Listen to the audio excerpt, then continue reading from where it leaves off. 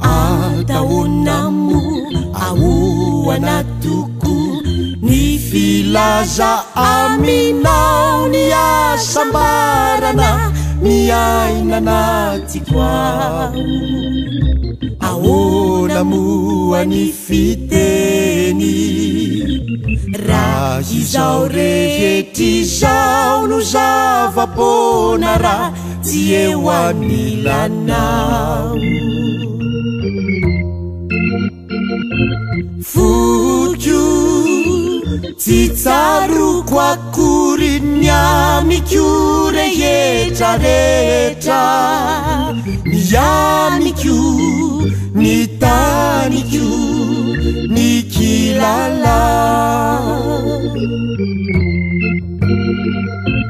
Ataonamo ahoana toko ny filaza aminao ny asambarana miaina anatiko ao.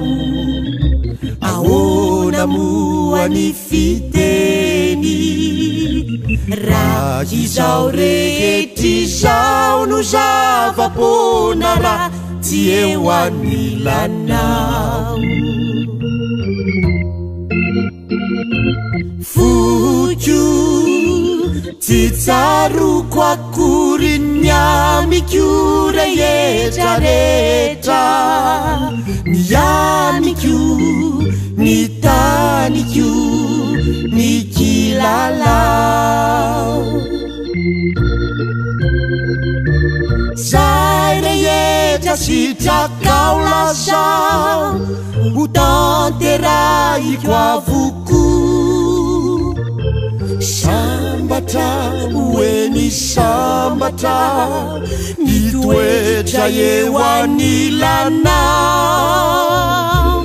Hampiveny fiteny hilazako ny fitiavako raha izao tontolo izao riako foko no ianao.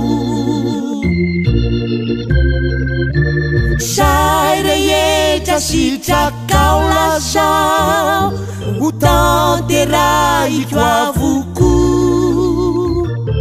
Sambatra hoeny sambatra ny toetra eo anilanao. Hampiveny fiteny hilazako ny fitiavako raha izao tontolo izao riako foko no ianao.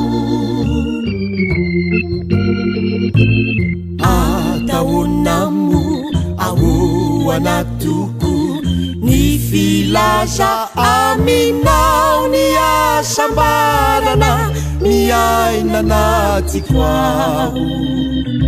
Ahoana moa ny fiteny raha izao rehetra izao no zava-pona raha tsy eo anilanao.